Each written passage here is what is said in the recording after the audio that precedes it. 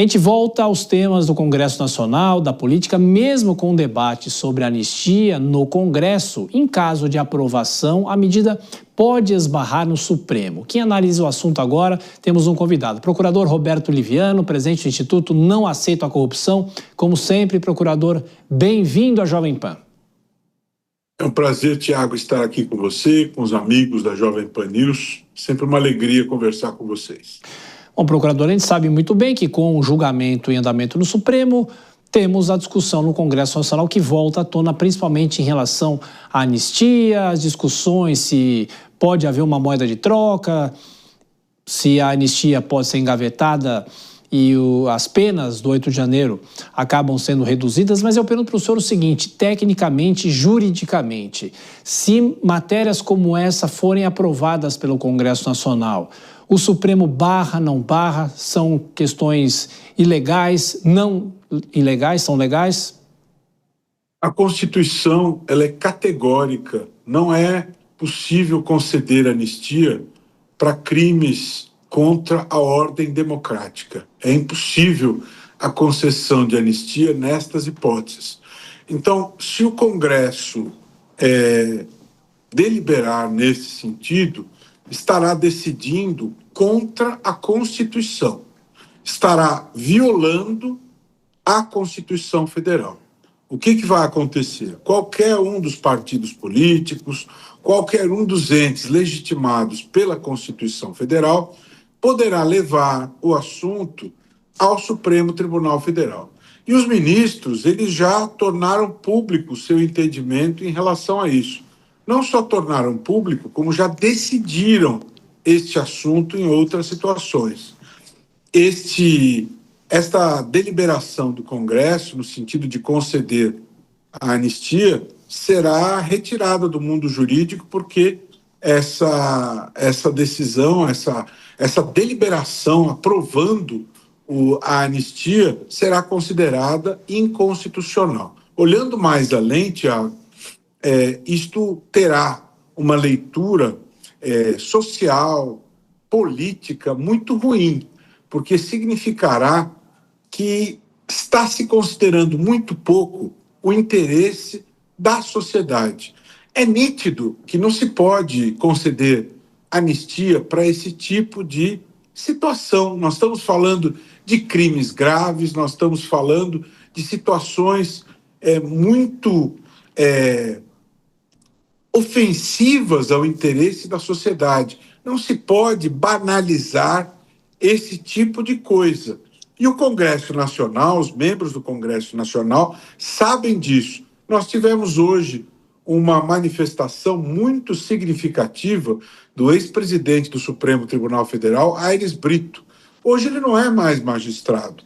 Hoje ele se coloca na posição de um jurista, de um escritor, de um poeta, e ele veio a público dizer com clareza seu entendimento a respeito deste assunto.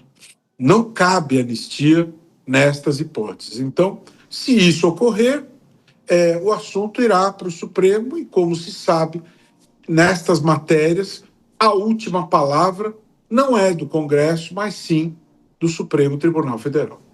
Procurador, agora os nossos comentaristas. Dora Kramer faz a próxima pergunta. Dora. Boa noite, professor. Eu quero o seu olhar sobre o conjunto de uma obra, né? Anistia, PEC da blindagem, enfraquecimento da lei da ficha limpa, aumento de número de deputados. O que isto diz sobre o país que é representado no Congresso? É muito ruim, Dora. Eu vejo que nós estamos num processo de decadência em relação ao combate à corrupção, e eu vejo como um ponto de inflexão a partir das 10 medidas contra a corrupção. 10 anos atrás, nós começamos a curva descendente. Quando as 10 medidas foram apresentadas ao Congresso Nacional, o Congresso se sentiu afrontado a partir daí e começaram as reações. A nova lei de abuso de autoridade é uma reação absolutamente ruim do ponto de vista do interesse público. Foram ali colocados tipos penais de vingança contra magistrados, contra membros do Ministério Público, a nova lei de improbidade, sucateando-se a lei de improbidade em 2021, agora o sucateamento da lei da ficha limpa, aliviando estas consequências punitivas, esta proposição no sentido de blindar os congressistas, ou seja, para se investigar um congressista é necessário pedir autorização do próprio Congresso, ou seja, se um deputado ou senador sair matando todo mundo, for um serial killer, matar 10, 15, 20, 30 pessoas, não se pode investigar esse indivíduo só se o Congresso autorizar. Se um deputado ou senador estuprar 50 mulheres, só se pode investigar isso se o Congresso autorizar. Se ele roubar 10 bancos, só se pode investigar isso se o Congresso autorizar. Isso é uma aberração tão grande que nem se pode definir qual é o nome disso. Isto é o salvo-conduto para o crime. Nós estamos nos transformando na República da Impunidade. Esse é o nome que se dá a isso.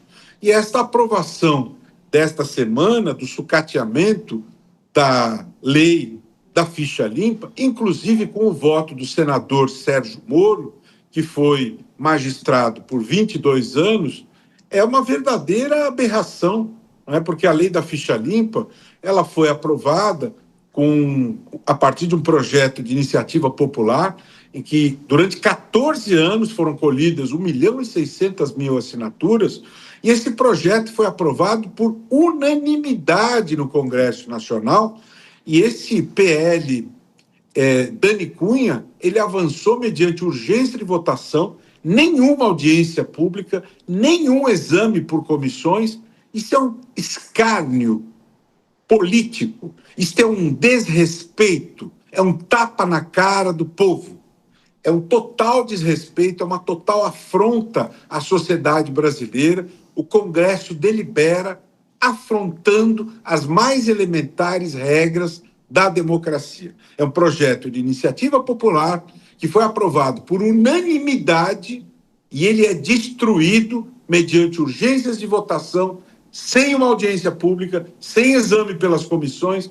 O Congresso está desrespeitando os mais elementares parâmetros da democracia. E a PEC da blindagem é isso que eu acabei de dizer, Dora. É o salvo-conduto para o crime. Então, nós estamos numa rota de total degradação da nossa proteção ao patrimônio público. É isso que vem acontecendo nos últimos 10 anos. E estas iniciativas, elas mostram o quê? Mostram a busca pela impunidade garantida por lei. É isso que está ocorrendo dentro do Congresso Nacional. Né? Anistia aos partidos, destruição da lei de improbidade, destruição da lei da ficha limpa, PEC da blindagem. Isto vai na mesma direção, infelizmente. E você não vê isso, um movimento da oposição, não. Você vê situação e oposição unidos em prol da impunidade. Procurador Liviano, agora Cristiano Vilela. Doutor Roberto, boa noite.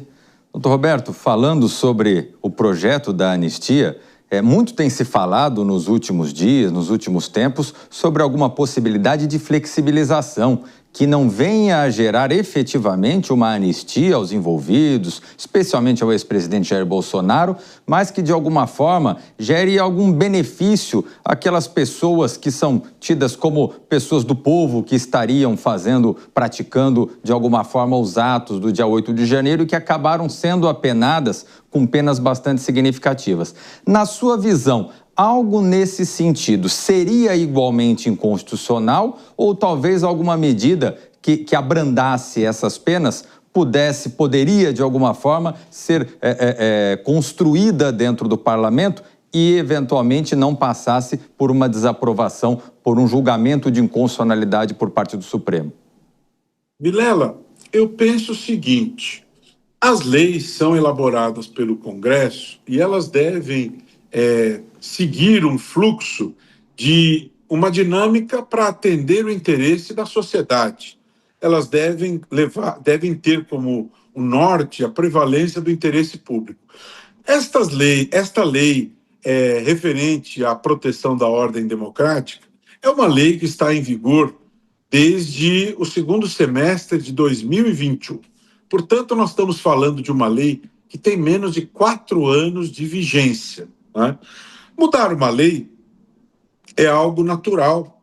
Depois de 30 anos, depois de 40 anos, é normal que uma lei se desatualize, porque a dinâmica social, ela demanda estas atualizações. Agora, honestamente, Vilela, depois de 3 anos e meio, esta lei ela não se desatualizou. Depois de 3 anos e meio, não me parece plausível que esta lei seja revista, senão por oportunismo político. O oportunismo político não me parece plausível que justifique uma mudança de lei para atender interesses oportunistas de ocasião. O que deve justificar uma mudança de lei é a mudança da dinâmica social ao longo dos anos que leve a lei à fadiga jurídica, a fadiga do tempo. Depois de décadas, a lei se defasou, então você tem que atualizar. Décadas, 50, 60, 70 anos, a lei ficou defasada, você atualiza. Esta lei tem 3 anos e meio de vigência. Essa lei não está desatualizada. O que está se tratando aqui é a busca por mexer numa lei para atender interesses oportunistas, fazer nova lei para atender gente que está interessada politicamente em retornar ao poder. Isto significa legislar em causa própria. Isto vem na contramão do interesse do povo, Vilela. E a lei deve servir ao interesse de toda a sociedade e não no interesse de A, B ou C. Isso não me parece saudável. Isto é algo que desinteressa ao povo. Procurador, de forma bem breve para a gente encerrar, a gente fala de anistia, mas também nesses dias surgiu a palavra indulto. O governador de São Paulo, caso eleito, promete indulto a Jair Bolsonaro. Quais são as diferenças e se isso o Supremo também eventualmente barraria? Veja, quando você fala em anistia, você está se referindo a uma situação mais ampla, mais geral. A anistia ela atinge um número mais amplo de pessoas. O indulto tem um caráter mais dirigido, mais localizado, né? Você tem um alcance mais restrito, né? Mas tanto numa como noutra situação, o que está se pretendendo aí é mitigar o alcance da lei, né? Eu fiquei muito surpreso com as declarações dos últimos dias do governador Tarcísio, a quem eu respeito, foi eleito pelo povo, especialmente quando ele disse que ele não confia na justiça, não é? Eu acho muito complicado o governador de um estado como São Paulo declarar que não confia na justiça, não é? O governador de um estado deve sim confiar na justiça, não é? Se ele não confia na justiça, ele deve procurar tomar medidas no sentido de restaurar a confiança na justiça. É muito importante que o governador de um estado como São Paulo confie na justiça.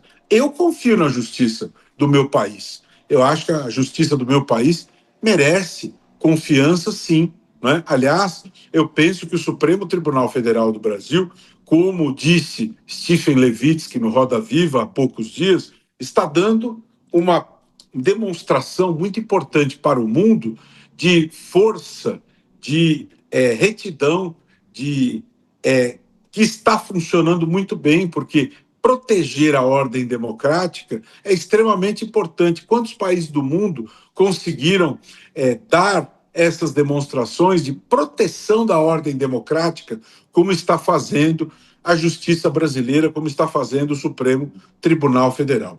Erros e acertos todos cometem, nós somos humanos, são seres humanos que distribuem justiça.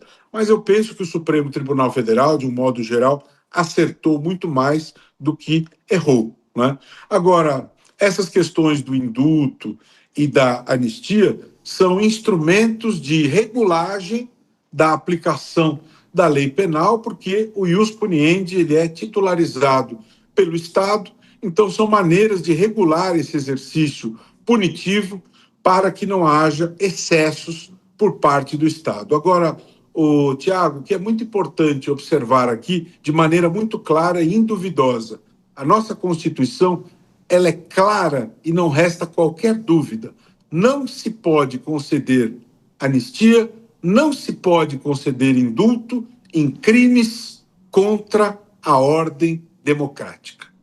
Não é passível de concessão nem de anistia, nem de indulto. Isto é violador da Constituição.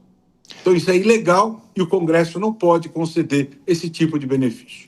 Procurador Roberto Liviano, do Instituto Não... Perfeito. Procurador, muito obrigado mais uma vez pela gentileza. Do Instituto Não Aceito a Corrupção. Volte sempre à Jovem Pan, Procurador Liviano. Um abraço.